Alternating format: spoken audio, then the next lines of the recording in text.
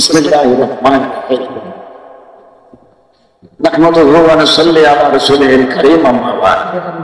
দাওয়াতুল হকের ব্যবস্থাপনা হয়েছে 3 দিন ব্যাপী না একদিন ব্যাপী ইসলাহি এই জলসার মহতরম সভাপতি আমাদের মুরব্বী মুসলিহ উম্মত মুহিউস সুন্নাহ হযরত আল্লামা মাওলানা মাহমুদুল হাসান সাহেব তামুক জালাল শতকাতিহুল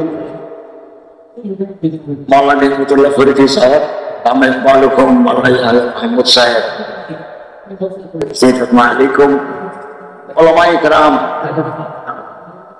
Taliban Adobe Abubat দিনদার মুসলমান ভাইরা আল্লাহ তাআলা শুকরিয়া আদায় করি যে আজকের এই ইসলামী জলসায় হাজির হতে পারলাম। আল্লাহ তাআলা তৌফিক দিলেন। আলহামদুলিল্লাহ। দাওয়াতুল হকের সাথে হযরত হাকিমুল উম্মত মুজাদ্দিদুল মিল্লাত আল্লামা আশরাফ আলী থানভী রাহমাতুল্লাহ এর সিলসিলা আমরা খানদানি তৌরের উপরে হযরত থানভী আলাইহি রহমতকে মহব্বত করি। আমার নানা হযরত থানভীর ভাই ছিলেন ফাজিল সাহারানপুর। আমার বাবা সারা জীবন বয়ানুল কোরআনকে হুজুরের মতো তেলাওয়াত করতেন। মা ওই যে মুনাজাতে মকবুল এটা একেবারে 5 ওয়াক্ত আমাদের পরে আমরা তেলাওয়াত করতেন। আমরা ছোটকাল থেকে করতে আসছি।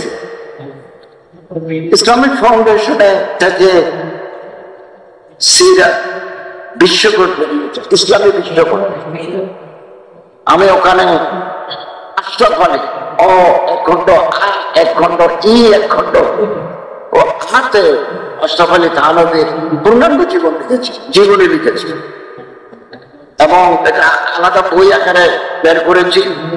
আনামুনি দিয়ে দিয়ে আসছি। ফলে হযরত থানভী রাহমাতুল্লাহ এই সিলসিলার সাথে আমাদের একটি কলবি রুহানি তাল্লুক আছে। তো আমি আমার সেই পুরনো জায়গায় এসে আমার দিল খুশিতে বাঁধা এবং হযরতে আমাদের মুরব্বী সপ্তবিদায় হয়ে যাচ্ছেন। এখন চেরাগে নিমে সব শেষ রাতের চেরা কিছু চলতেছে, এগুলো নিবু নিবু এই ফাতাল আয়াতে সমানা বিমিসলিহি ইন্না সমানা বিমিসলিহি লামহি। জমানা এখন আগের মতো মানুষ তৈরি করে না। জমানা এখন বহির যারা এখনো পাতি জ্বালাচ্ছেন তাদের উপরে আমাদের আগামী প্রজন্মের জন্য অন্ধকার অপেক্ষা করছে। এলমের সাথে যদি এর সাথে যদি ইসলামের কলমের সম্মিলন না ঘটে তাহলে আমাদের প্রতি কিলি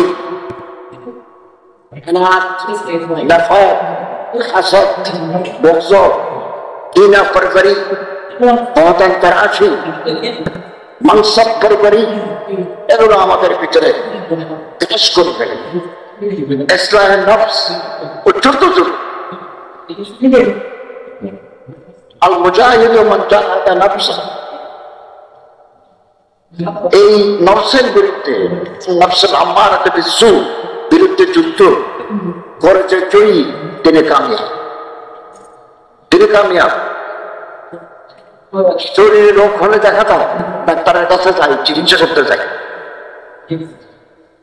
রুহের ভিতরে নফসের ভিতরে রোগ হলে এগুলো দেখা যায়, এগুলো ভিতরে ভিতরে ক্যান্সারের মতো খেয়ে ফেলে।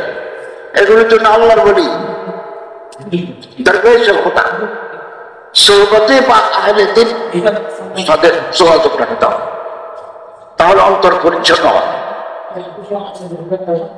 অন্তর ভিতরে কদুরাত দূর হয়ে যায়, নূরে ইলাহি জাগাবে। এটা আমাদের আকাবেরী আমাদের আসলাফ যারা ছিলেন ওনাদের একটা আমল। বেনফস বেরিয়া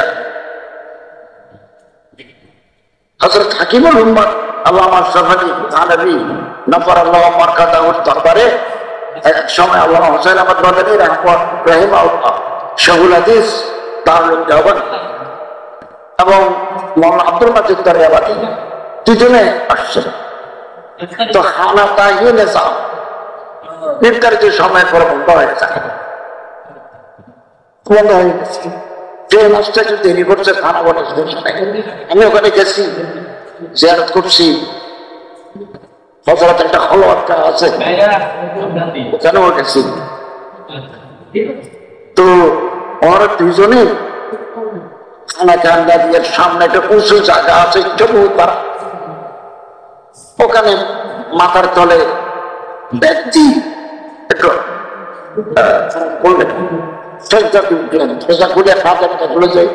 দুই মহান ব্যক্তি আব্দুল মাজিদ দারিয়াবাদী শিখকে যদি বাহানা মাসিক পত্রিকার সম্পাদক, মাদ্রাসায় পড়েন নাই, কোন তফসিল করছেন যে তফসিলে মাহাদিদি आप आयत सदा बन जाएंगे। आयत तफसीर करा पड़े नूर तबरी कफीर कबीर सुद्दी जिल्दत समायत अबाक पड़ा था। এটা বুজুর্গানে দিনের নজরে করবে উনি হযরত তানভীর আহমদুল্লাহ বোমায় বাচ্চাদের উপর ইশকাল করেছেন।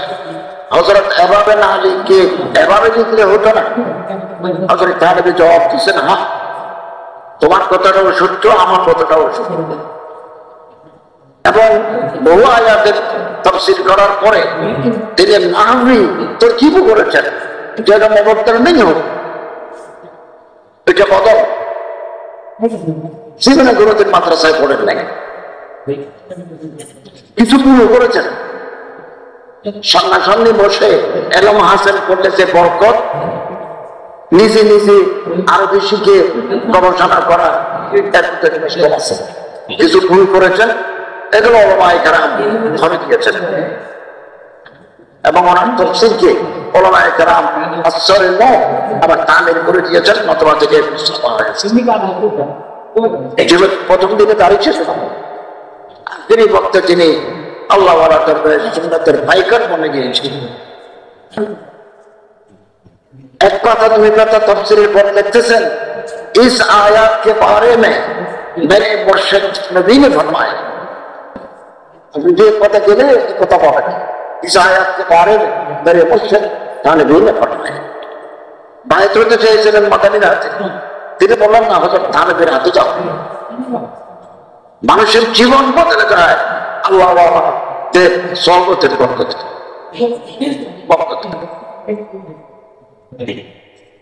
এবং আপনার ভাগ্য পরিবর্তন হয়ে যাবে, আল্লাহ তাআলা পরিবর্তন করে দিবেন সহবতে বা আউলিয়া,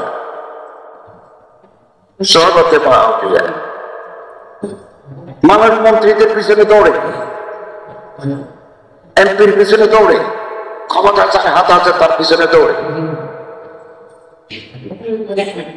আর যাদের হাতে ক্ষমতা আছে তারা আল্লাহ ওয়ালাদের পিছনে দৌড়ে,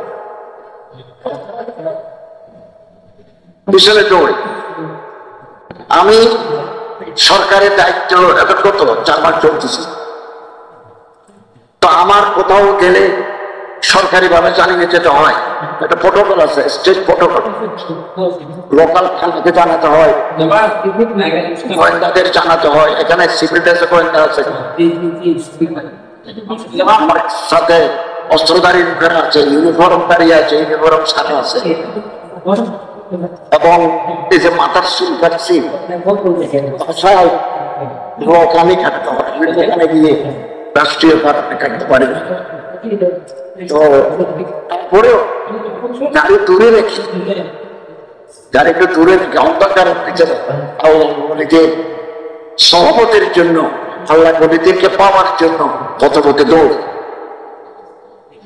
আমার এক বিশ্ববিখ্যাত বুঝলেন, আমার কলম তৈরি আল্লাহু আল্লাহু আল্লাহু দোয়া করে দিয়েছে। হতে পারে আল্লাহ তাআলা এটা কবুল করে নিয়েছেন। হতে পারে। হযরত তৌফিক উসমানী সাহেব সৈয়দ মালিক উমরের সাথে কথা হয়েছে করাচিতে, মোল্লা জুবাইর আশরাফ সাহেবের সাথে কথা হয়েছে, ওনারা কিছু আমার দোয়া শিখিয়ে দিয়েছেন। এবং হযরত আল্লামা মাওলানা আমিন পালনপুরি সাহেব দেওবন্দের, উনি আমার কাছে একটা ওসিফা পাঠাচ্ছেন, দোয়া করেছেন এই ওসিফার উপর আমল করে 5 ওয়াক্ত নামাজের পরে ইয়া মুহাইমিনু জাল্লা জালালুহু তিনবার, ইয়া সালামু জাল্লা জালালুহু তিনবার, ইয়া মুসকুনা তো আছে, দোয়ায়ে মাসুরা তো আছে, এগুলো বুঝে গানে দিলে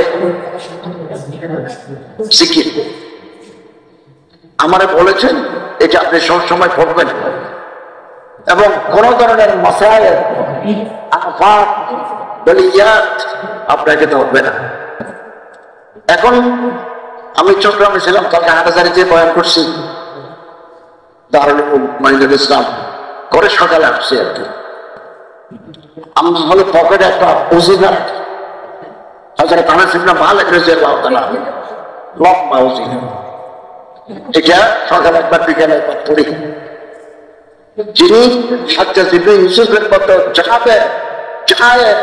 সালেম হাকিমের সন্তান কথা বলেছেন এবং আপনারা জানেন 1 লক্ষ মানুষ কতল করেছে, ইন্দির কতল করেছে ঈসা হাজ্জাজ ইবনে ইউসুফ। মারা যাওয়ার জন্য খুব কষ্ট হয়েছে। মৌলানা আবুল কালাম আজাদ সাহেবের ইনসানিয়ত পথ কিতাব আছে, পর কিতাবে আছে। হাসান বসরি রহমতুল্লাহ আলাইহি দেখে বলেন, ভাই আমি বাঁচবো না, আমার সাকরাতে মওত শুরু হয়েছে, তবে আমার জান তো যাচ্ছে না। মৌলানা আবুল কালাম আজাদ সাহেবের কিতাবে আছে ইনসানিয়ত পথ কিতাব আছে। তো তুমি একটু আল্লাহরে বলো না আমার জন্য আসান করি যায়। তিনি বলেন, আমি আল্লাহরে বলবো না, তুমি দেশ শাসন করেছ জুলুম দিয়ে, মানুষ খুন করেছ, আমি তোমার মানা করছি, আমি কোন মুখে আল্লাহরে বলবো তোমার আসান করে দেওয়ার জন্য। এটা বলে হযরত হাসান বসরি রাহিমাহুল্লাহ চলে যাচ্ছেন। তো হাজ্জাজ ইবনে ইউসুফ মৃত্যুর বিছানায় আল্লাহরে বলতেছেন, আল্লাহুম্মা ইন্নাল ইবাদাতা ফাতাসুরি রাজাইনাকা ফাতাতু আদু, তোমার বান্দারা আমার তো মায়ুস করে দিল, আমি তো মনে করি আমার গুনাহ যত তোমার দয়া আমার গুনার চাইতে বেশি। একথা বলার পরে কান চলে গেছে। তো অনেক হারুনুর রশিদের মতো জলিলুল কদর বাদশাহ খলিফা কত বড় কিতাব ভাবে হারুনুর রশিদ। আমরা বিশ্ববিদ্যালয়ে পড়ার সময় এই আব্বাসিয়া খেলাফত পড়েছি, তখন তো সালাফি নাই, এখন তো এত বড় বড় কিতাব আরবি। হারুনুর রশিদ, মামুনুর রশিদ, এই হারুনুর রশিদ রাতের বেলা হুসাইন ইবনে আস রহমতুল্লাহর মতো দরবেশের কাছে যেতেন, হাদিয়া দিতে চাইতেন, হাদিয়া দিতেন না। যাওয়ার সময় পাহাড়ুল জাহাজেও দেখলে ঘোড়ায় কথা বলতেন। আলেমদের সাথে যদি হাকিমদের যোগাযোগ না করে দেশে কোনোদিন শান্তি শক্তি আসতে পারে না। হযরত নিজামউদ্দিন আউলিয়া তারিখে দাওয়াত আজিমত কিতাবে আছে, তারিখে দাওয়াতে মশায়ের কিতাবে আছে। কোনদিন দিল্লির বাদশার দরবারে যান নাই। দিল্লির বাদশাহ আসতে চেয়েছিলেন ওনার দরবারে, হযরত আমির হুসেনের পরামর্শ হল, তিনি বললেন আমার ঘরের দুটো দরজা, এক দরজা দিয়ে বাদশাহ ঢুকলে এক দরজাতে আমি বের হয়ে যাবে। কেবল আসতে চেয়েছিলেন যেখানে জোতা রাখে ওখানে বসে। ওদিন তিনি অযোধ্যা চলে গেছেন, ওই কিতাবে আসছে। ক্ষমতা কই দিন, আমরা আসার আগে আরেক দল ক্ষমতায় ছিল, আমরা আসছি, আমাদের একেবারে কম। ইন্টারিম الحكومة الانتقالية انتقالية অন্তর্বর্তীকালীন সরকার। আমরা খুব তাড়াতাড়ি একজন নির্বাচন কমিশন আমরা গঠন করেছি, কমিশনার নিযুক্ত করব, তারপরে ভোটার লিস্টে হালনাগাদ করবো, একটা সংস্কারে আমরা হাত দিয়েছি, যতটুকু পারি রিফর্মস করবো, তারপর আমরা ভোট দেবো, নির্বাচন। বহু বছর পরে মানুষ নিজের ভোট নিজে দিতে পারবে। ভোট হযরত আল্লামা মুফতি শফি সাহেব রহমাতুল্লাহ কিতাব আছে, তৌকির ইসমাইল সাহেবের কিতাব আছে, ভোট কি শরিয়া আছে, হযরত আল্লামা শামসুল ফরিদ সাহেবের কিতাব আছে ভোটের উপরে, ভোট শাহাদা। বহু বছর পরে মানুষ এখন নিজের ভোট নিজে দিতে পারবে। আপনার পছন্দের পর থেকে ভোট দিয়ে যারা নির্বাচিত হয়ে আসবেন, আমরা তাদের হাতে ক্ষমতা হস্তান্তর করে বিদায় দেব। আমরা করতে আসি নাই, আগামী দিনে যারা আসবে তাদের জন্য রাস্তা তৈরি করে দিতে আসছে। এটাই আমাদের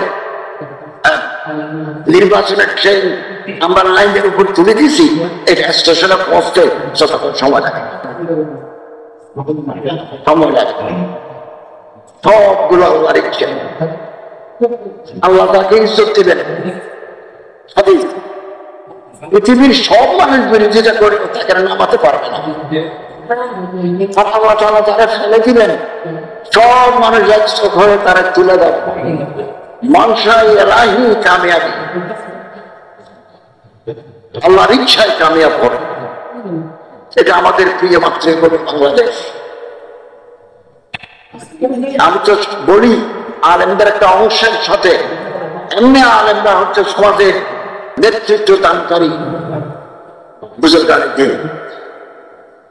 আমি এখানে আসার আগে, সরকারের দায়িত্ব নেওয়ার আগে 16 বছর একটা মসজিদে ছিলাম। আল জামিয়াত ইসলামিয়া আল আরবিয়া আল ইসলামিয়া আল মারুফ বিহি সিরি মাদ্রাসাতে আমি তিরমিজি শরীফের দরস, আন্তর্জাতিক ইসলামী বিশ্ববিদ্যালয়ে, ইন্টারন্যাশনাল ইসলামিক ইউনিভার্সিটিতে বিভিন্ন ডিপার্টমেন্টে পড়াতাম। ওখানে পড়াতাম, জেনারেল এডুকেশনে পড়াতাম, মোরালিটি ডিপার্টমেন্ট আছে, নৈতিকতা ওখানে পড়াতাম। সবগুলো ছেড়ে দিই, অল্প সময়ের জন্য আমরা রাষ্ট্রের দায়িত্ব নিয়েছি। আমি আমার মন্ত্রণালয়, আমার তো দায়রা আছে, এই দায়রার ভিতরে থাকি। যতটুকু সম্ভব আমরা রাত দিন পরিশ্রম করে কাজ করে যাচ্ছি এবং বেশ কিছু পদক্ষেপ আমরা হাতে নিয়েছি। যেখানে যেখানে লোক দেওয়া দরকার, অনেক যোগ্য লোক আছে। আমাদের পথ আছে একটা, পথ আছে 3টা, পথ আছে 5টা। ওখানে যদি 30টা পথ থাকতে আমি আরো দিনকে সংযুক্ত করি, কিন্তু ওই সুযোগ নেই। সবগুলো আবার আমার কলমে হয় না। আমি সক্ষম করে দিন, 10 টেবিল পার হয়ে ওখানে যায় মঞ্জুর হয়। এই 10 টেবিলে যাইতে যাইতে 10 মতো যায়, ওখান থেকে আবার ফেরত আনতে হয়। আর এর আগে তো আমি কোনোদিন সরকার পরিচালনা করি না, কোনো মন্ত্রণালয় পরিচালনা করি না, অভিজ্ঞতা অর্জন করতে হয়। এখন আগামী দিনে আমাকে যদি আমি যদি আর কোনো মন্ত্রণালয়ের দায়িত্ব নিই, তাহলে চালাতে বুঝতে কষ্ট হবে না। আমরা তো নতুন মানুষ, কত ধরনের মানুষের সাথে আমাদের কথা বলতে হয়। মোট কথা হযরত মুজাদ্দিদ আল-ফিসানি রাহমাতুল্লাহি আলাইহি মকতুবা শরীফ একটা কথা লিখেছেন, তিনটে কুসুর। আল্লাহ তাআলা যদি কোন মানুষের উপর দয়া করতে চান, নিজের দোষ নিজে দেখার তৌফিক দান করেন। এটার নাম দ্বিতীয় কুসুর। আমরা আমাদের নিজের দোষ দেখি না, আমরা পরের দোষ দেখি, এবং সেটা ফেসবুকে দেখি, লাল করে, কালো করে, সবুজ করে লিখি। দোষ তো আমার সাথে আপনার বেশি, নিজের দোষ নিজে দেখি না। তো দ্বিতীয় কুসুর আল্লাহ তাকে দান করবে, নিজের দোষ নিজে দেখবেন, পরের দোষ তালাশ করার সময় কোথায় না। পরের দোষ কোথায়? আর একজন মানুষের ভিতরে দোষ আছে, গুণ আছে, আমরা তার দোষগুলো ইসলাহ করব,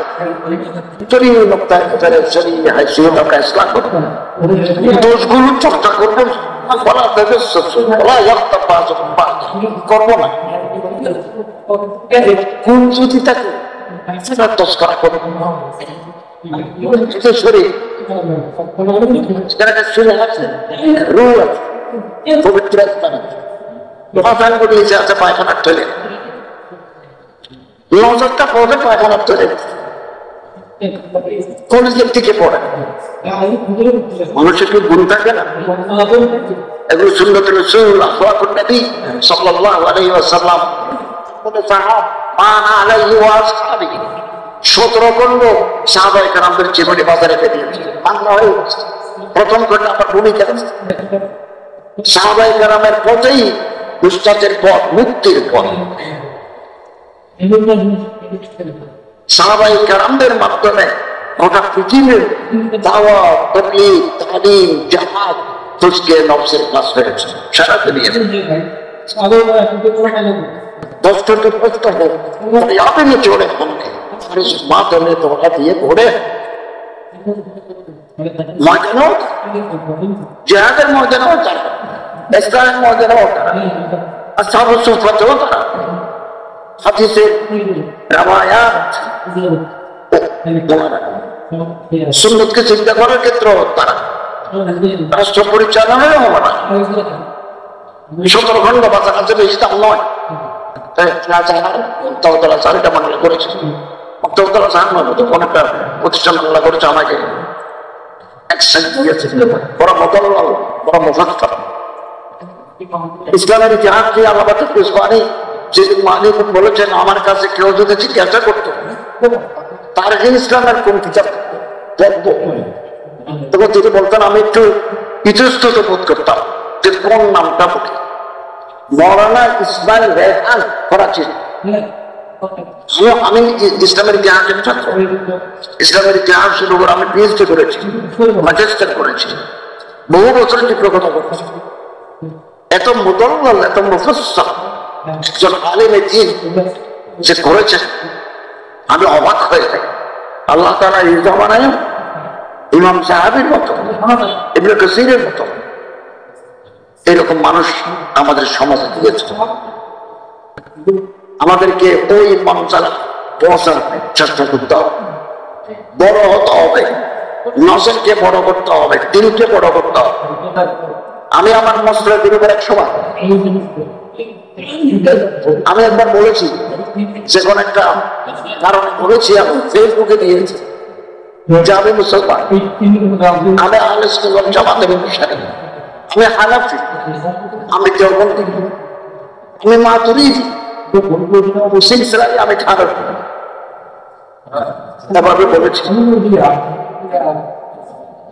সম্মানিত হাজিরিন, ওলামাদের সব, ওলামাদের সান্নিধ্য, সালেহীনদের এক লম্বা সহবত আমাদের জীবন, আমাদের দৃষ্টিভঙ্গি বদলে দেবে। আমি সবসময় বলি 3টা জিনিস থেকে আমরা দূরে থাকবো। মহলেক, ক্ষমতার লোভ, ক্ষমতার লোভ। আমি আজকে যদি সরকারের উপদেষ্টা থেকে বিদায় হই, আমার কোনো দুঃখ নেই, কোনো দুঃখ থাকবে না। অথবা আমরা যে কয়দিন আছি ওই দিন পরেও যদি আমরা বিদায় দিই, কারণ এই চেয়ারে বসার আগে পর্যন্ত আমি জানতাম না যে আমি রাষ্ট্র চালাবো, সরকারের মন্ত্রী হবো, এটা আমি আসর পর্যন্ত জানতাম। 6টা 10 মিনিটে আমারে ফোন করে বললো, ক্যাবিনেট সেক্রেটারি বললেন যে মহামান্য রাষ্ট্রপতি আপনাকে উপদেষ্টা করেছেন, আপনি রাত 8টা 30 মিনিটে বঙ্গভবনে শপথ নেবেন। আমি 3বার কথা উঠতেছে, কথা উঠে আমার পাইতেন মকরমের প্রতি বানাতে চায়, জমিতের প্রধান ইমাম বানাতে চায়, নির্বাচন কমিশনের মেম্বার করতে চায়, এগুলো ফেসবুকে দিচ্ছে। তো আমার কোন তকবীর ছাড়া তদবির ছাড়া আল্লাহ আপনাকে রাষ্ট্রীয় ক্ষমতার অংশীদার বানিয়েছেন। হাদিস শরীফে আছে যারা তলব করে নেয় না তাদের প্রতিটি কাজে আল্লাহ। তো ইনশাআল্লাহ আজিজ, আমি মনে করি আমি আমার দায়িত্ব পালনকালীন আল্লাহ তাআলার মদদ, আল্লাহ তাআলার ইনায়াত, বুজুর্গানে দ্বীনের সায়ায়ে আতিফাত আমার উপরে আছে এবং আগামী দিনে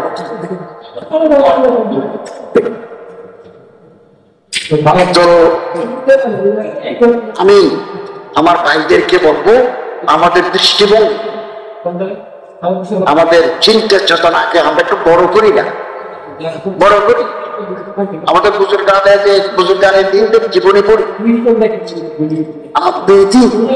পড়ি, জীবনী পড়ি, আমাদের জীবন দ্বারা আলোকিত হয়ে যাবে, আলোকিত।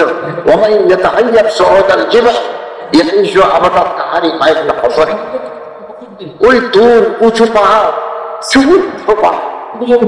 ভগবানের স্পর্শে পালা মানুষ ওখানে উঠতে পারে, কেউ কেউ উঠেছে। আমিও চেষ্টা করি না ওখানে, ওখানে যদি কম থাকে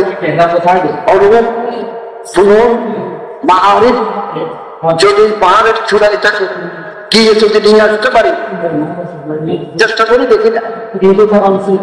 একেবারে উপরে উঠতে না পারলো মাঝে মাঝে জায়গায় গেল কিছু হলো, কিছু শুনো, কিছু মাহারিফ উঠিলাম। যদি মনে করি ও মা এত উঁচু, এত কষ্ট, কি করে উঠি? আবার হারি বাইরে আপনি চিরকাল গর্তের ভিতরে থাকবেন, গর্তের ভিতরে। আমি এদিন কোথায় গেলাম, একটা মাদ্রাসার কুতুবখানা দেখে আমার অবাক লাগলো। ইমাম আহমদ ইবনে হাম্বলের ফতোয়ার কিতাব, ওই মাথা থেকে ব্যাপার আরো অনেক গ্রামের তারিখ ইবনুল আসির, ইবনুল আসির এই ভাষা থেকে লিখলো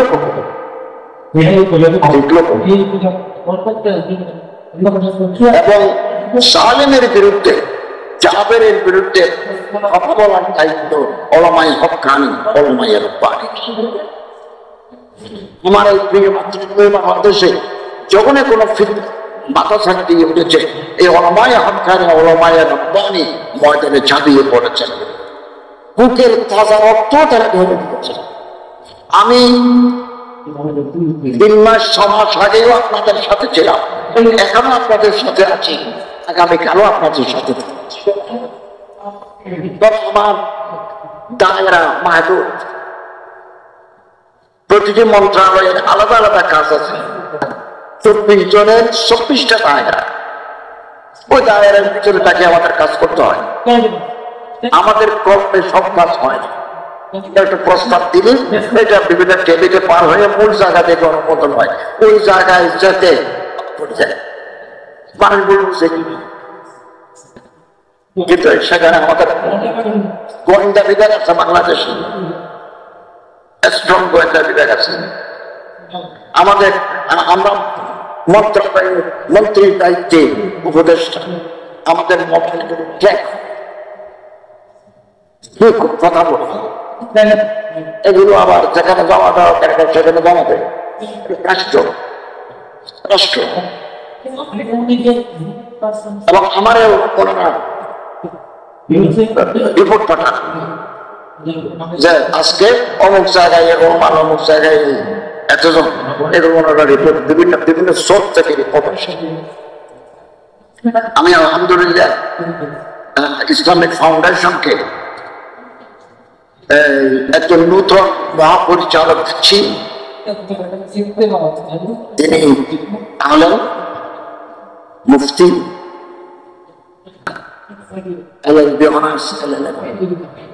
মুফতি আলেম দিচ্ছি। দোয়া করেন, ঘাটে ঘাটে বাধা হয়ে যায়। বাইতুল মুকাররম একজন খতিব দিছি, আন্তর্জাতিক ফিকহ একাডেমিতে বাংলাদেশের একজন প্রতিনিধি দিছি, যিনি আরবিতে কথা বলতে পারবেন, উলুমুল ফিকহ ওয়াল ইসলামের উপরে বক্তব্য দিতে পারবেন, লিখতে পারবেন, এর একজন বাংলাদেশের খ্যাতন থেকে ওআইসির ফাঁকা একাডেমিতে গেছিলাম আমি 4টা মহাপরিচালকের সাথে কথা বলে আসছি, ওখানে দিছি এবং 100 কোটি টাকা খরচ করে বাইতুল মুকাররমের অবকাঠামো আইকনিক মসজিদ হিসেবে ওখানে মানুষ থাকে, ওখানে বাতি জ্বলে না, জুমার দিন চলে না। তো আমাদের বরাদ্দ আছে 100 কোটি টাকা খরচ করে অল্প দিনের ভিতরে একটাকে পাঠ করা। অর্থমন্ত্রীকে বলে রাখছি, বলো বাইতুল মুকাররমের কোনো অসুবিধা না, আপনি ফাইল পাঠান, আমরা ফাইল পাঠাবো, এটা পাস করলে বাইতুল মুকাররম একেবারে ওজুখানা থেকে শুরু করে পুরোটা আমরা নতুন ভাবে সৌন্দর্য বর্তন করবো। কালকে আন্তর্জাতিক সাহিত্য আমরা মসজিদে জমা করছি, কুয়েত আমাদেরকে 10 কোটি টাকা দিয়েছে, আমরা আরো 40-50 কোটি টাকা খরচ করে মসজিদে নববীর আদমে আমাদেরকে সাহিত্য আহমেদ মসজিদকে নতুন ভাবে আবার নির্মাণ করবো। এটা মোগল সাম্রাজ্যের জহিরুদ্দিন মুহাম্মদ বাবর আর আওরঙ্গজেব ছাড়া বাকিগুলো ছিল শিয়া, হুমায়ুন শিয়া, জাহাঙ্গীর শিয়া, শাহজাহান শিয়া, কিন্তু আওরঙ্গজেব সুন্নি, বাবর সুন্নি। তাই আওরঙ্গজেবের হুকুমে এদেশের গভর্নর শায়েস্তা খান জামে মসজিদ তৈরি করেছেন 1667 খ্রিস্টাব্দে। আমরা তৈরি করতে দিয়েছি জানুয়ারিতে আমি ভিত্তিপ্রস্তর স্থাপন করব। ইসলামিক ফাউন্ডেশন থেকে মওসুআ আল ইসলামী, মওসুআ আস-সিরা আমরা বের করতে পারছি, এটাকে আমরা আবার চাঙ্গা করব। বিগত 15 বছরের ভিতরে একটা স্থবিরতা তৈরি হয়ে গেছে, মেশিন চলে কিছুক্ষণ পর বন্ধ হয়ে যায়। আমরা মেশিনে এভাবে চালাতে চাই যা দীর্ঘক্ষণ যাতে চলতে পারে, সময় লাগে, সময়। আর প্রাইমারি স্কুলের ইসলামিক শিক্ষা আমার আওতায় নয়, তাদের প্রশ্ন কেনা করে, কারণ এটা শিক্ষা মন্ত্রণালয়ের অধীনে, আমাদের ধর্ম মন্ত্রণালয়, আমার ভাইয়েরা আলাদা। তবে প্রাইমারি স্কুলের শিক্ষা ব্যাপারে যেমন দাওরা হাদিসের সনদ হুজুর আছেন, ওলামায়ে কেরামরা আছেন। আমি শিক্ষা পত্রিকে বলছি, আগের গভর্নমেন্ট দাওরা হাদিসের সনদকে, হাইয়াতুল্লাহের সনদকে পার্লামেন্টের মাধ্যমে ইসলামিক স্টাডিজের মর্যাদা দিয়েছে। আপনি একটা প্রজ্ঞাপন জারি করবেন, কামেল ফিল হাদিস, কামেল ফিল আদব, কামেল ফিল ফিকহ ইসলামী। অথবা বিশ্ববিদ্যালয়ের ইসলামিক স্টাডিজ আরবিক থেকে যারা এমএ পাস করে, তারা যে যে জায়গায় যেতে পারে, দাওরা হাদিসের ছাত্ররা যেন সেই জায়গায় যেতে পারে। বহু জায়গা আছে, প্রাইমারি স্কুলের শিক্ষকতা আছে, মাধ্যমিক স্কুলের শিক্ষকতা আছে, তিনি রাজি হয়েছেন। এবং আমি হযরত মাওলানা মাহফুজ সাহেবকে বলেছি, আমি একটা ডিউ লেটার দেব, এটা সরকারি ভাবে একটা ডিউ লেটার, আমি সরকারি পত্র আমি মাননীয় উপদেষ্টাকে দেবো, দাওরা হাদিসের সনদকে বিভিন্ন জায়গায় ছাত্ররা যাতে মর্যাদা যাতে পায় সেই ব্যবস্থা করব ইনশাআল্লাহ। আমি আরেকটা কাজে হাত দিয়েছি, সেটা হচ্ছে বাংলাদেশে 15 লক্ষ মানুষ আছেন যারা মসজিদের সাথে যুক্ত, খতিব, ইমাম, মুয়াজ্জিন, ওনাদের জন্য একটা পেজ কেন কোটি কোটি টাকা ব্যাংকে জমা আছে মসজিদে, হুজুরকে বেতন দেয় 5,000 টাকা। আমি 15 বছর খালি শহরে এক রক মসজিদে খুতবা দিতে নামাজ পড়াতাম, এখানে আসার এক পর্যন্ত। উপদেষ্টা হওয়ার পরে ওখানে যে জমা পড়ে আমেরিকাতে দাঁড়িয়েছে দোয়া করার জন্য আমার দেয় 50 টাকা। তারা মনে করে হুজুর আর কোথাও, হুজুর তো 50 টাকা রে। কিন্তু আমি 30 লক্ষ টাকার গাড়ি চালাই মসজিদে আছি। আর এই 15 বছর প্রতিদিন সকালবেলা মোবাইল দেখতাম চাকরি আছে কিনা।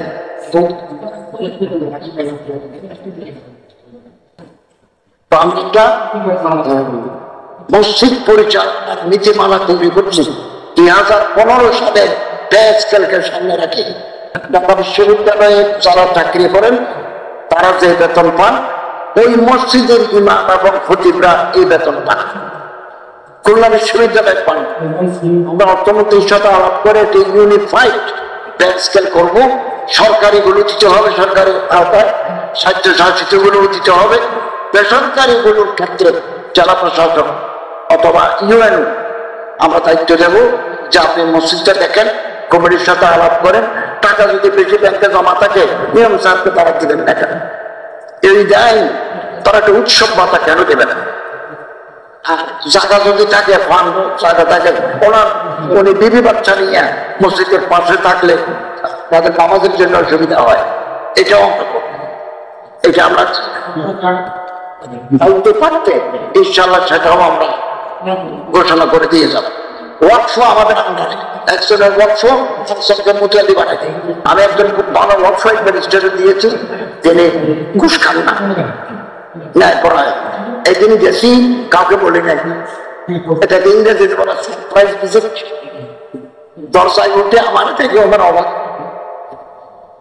বলছে যে আপনারা ঘুষ খাবেন না,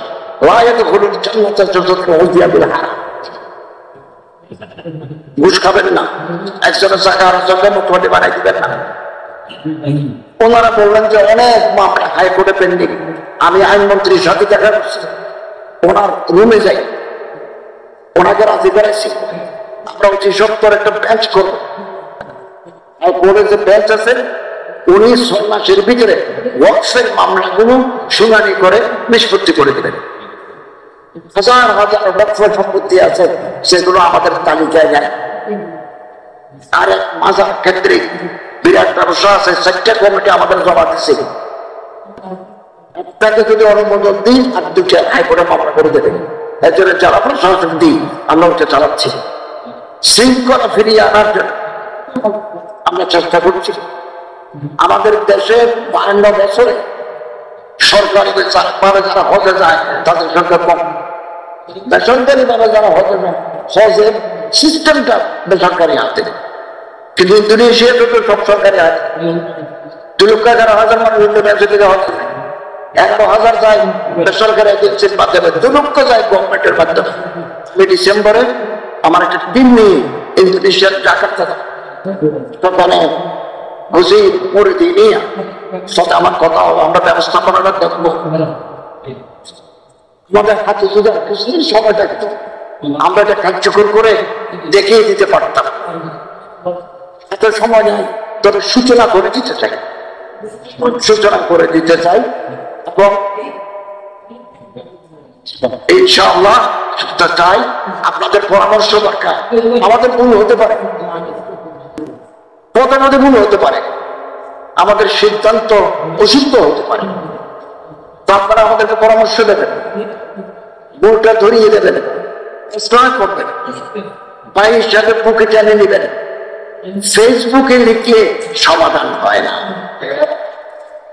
ফেসবুকে লিখলে আপনার নফস খুশি হবে, আমার বিন্দু মাত্র ক্ষতি হবে না। আপনার ফেসবুকের কথায় আমরা রাষ্ট্র চালাই না, কেউ চালায় না। ফেসবুকে লেখে অমুককে এটা চাই, অমুকই অমুক। তো আমি তো ওখানে গিয়ে দেখলাম যে এগুলো নিয়ে কোন খবর দিচ্ছে না, ফেসবুকে তো বহু বইয়ের ভিতরে হইলে ফেসবুক জামাই বহুর সাথে মোহাম্মদ গেলে আদি বাতি তোমার যেন জন্ম দেবে পাই। এইটা একটা রোগ, এটা রোগ হিসেবে আমাদের সমাজে বেড়ে গেছে। ফেসবুক পাওয়ারফুল মাধ্যম, কিন্তু ফেসবুকের মাধ্যমে মানুষের ইজ্জত সেগুলি করা যায়, ইজ্জত সেগুলি করা যায়। আমাদের নামে আমার ছবি দিই 20টা ফেক আইডি আছে। সিনেমার একটা নায়িকার গায়ের উপর আমার লিখে দিয়েছে যে তোমার একটা ব্যবস্থা হয়ে যাবে। আমার দেশের মানুষ জানে না ওই সিনেমার নায়িকার সাথে আমার সম্পর্ক নাই। এগুলো হচ্ছে কবিরা গুণী এগুলি থেকে আমরা হেফাজত করবো এবং হযরত আমাদের মুরব্বী আমাদের মাথার উপর ছায়া আল্লাহ তাআলা তাদের এই ছায়া আতিফাত ছায়া কারণ আল্লাহ পাকি রাখুক এবং আমি তো বলি আমাদের তো আর মানুষ নাই আল্লাহ মাহমুদ শফি সাহেব রাহিমাহুল্লাহ একজন आप जीते रहे हजारों बरस उस बरस का हर दिन हो हजारों बरस এবং এই দাওয়াতুল হকের কাজ গ্রামে গঞ্জে শহরে বন্দরে ছড়িয়ে দিতে হবে আমরা সমস্ত আকাবের তবকদেরকে আমাদের ভিতরে কোনো গ্রুপিং নেই হযরত মদিনী রাহমাতুল্লাহ আমরা অত্যন্ত এবং আমার তিরমিজি যিনি উস্তাদ উনি ইসমাইল আকানি উনি সরাসরি তিরমিজি বুখারী পড়ছেন হযরত মদিনী রাহমাতুল্লাহ মদিনী সাহেব তো আমরা তাকে একেবারে কাছাকাছি শেখ আব্দুল হুদ্দা আবু হুদ্দা উনি আমাদের সিলসিলার উস্তাদ এবং বড় বড় ওলামায়ে কেরাম আমার বুখারীর উস্তাদ দুজন বলে সেগুলি টাকা বুঝে রাখছি আমরা আকাবের দেওবন্দেরকে আমরা মহাব্বত করি আমরা মনে করি ওনাদের নকশকতা মতে আমরা যদি চলতে পারি আমাদের জীবন দ্বারা আমাদের সমাজ আলোকিত হয়ে যাবে তো আলহামদুলিল্লাহ আমি এখানে এসে আপনাদের কিছু বললাম সেটা বড় কথা নয় আপনাদের সহবেদের বরকতে আমার অন্তর আলোকিত হয়েছে আমি কেবল আজকে নয় আমি ইনশাআল্লাহ যে যখনই সময় পাবো হযরতের দরবারে আসবো হযরত ইয়াহইয়া মাহমুদ সাহেবের সাথে আমার এই তাআল্লুক আজকে নয় বহুদিন আগে থেকে এই শরীফি সাহেবের সাথে আমার মাদ্রাসায় সূর্য কত বড় মাদ্রাসা তিনি পড়ছেন ওই এলাকায় আর একটা নামের বড় হুজুর ওই তো তার নামের রাজা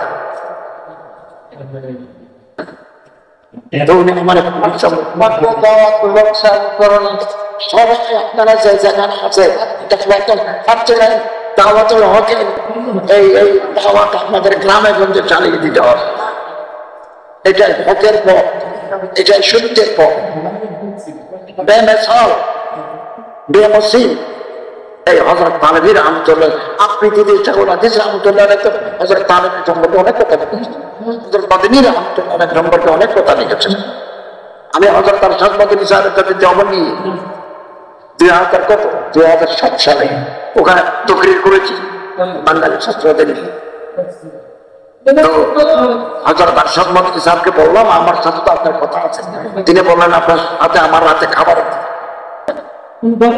ওনাদের তওয়াজু ওনাদের ঈসা ওনাদের আলাদা